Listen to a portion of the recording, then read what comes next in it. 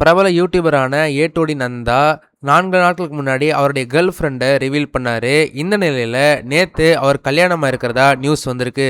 ஆச்சி மசாலா எந்த சமையலும் ருசி தேடும் ரகசியம் 20 ரூபாய். யூடியூபர் நந்தாக்கு பல காலமாகவே அவருக்கு கேர்ள் ஃப்ரெண்ட் இருக்கு அப்படின்ற மாதிரி அவருடைய வியூவர்ஸ் பேசிட்டு இருந்தாங்க. அந்த கேர்ள் ஃப்ரெண்ட் யாரா இருக்கும் அப்படின்ற மாதிரி டாக்ஸ் போயிட்டு இருந்துச்சு.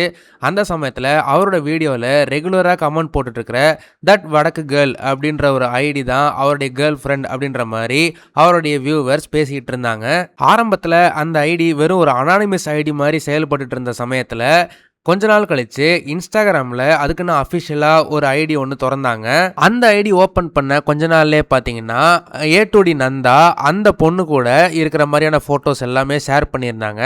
ஆனால் ஃபேஸில் பார்த்தீங்கன்னா ஏதாச்சும் ஒரு எமோஜியை போட்டு அந்த பொண்ணோட ஃபேஸை அவர் மறைச்சிக்கிட்டே இருந்தார்.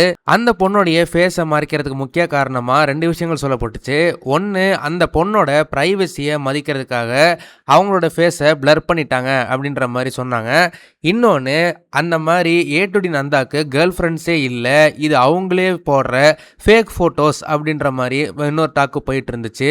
இந்த மாதிரியான பேச்சுக்கள் போயிட்டு இருந்த சமயத்தில் 4 நாட்களுக்கு முன்னாடி ஏட்டோடி நந்தா அவருடைய சேனலில் ரிவீலிங் மை கேர்ள் ஃப்ரெண்ட் அப்படின்னு சொல்லிட்டு வீடியோ போட்டு அவருடைய நிஜமான கேர்ள் ஃப்ரெண்டை ரிவீல் பண்ணியிருக்கிறாரு. அதே தட் வடக்கு கேர்ள் அந்த ஐடியா வச்சிருக்கிறவங்கள நிஜமான ஃபேஸை அவர் ரிவீல் பண்ணாரு.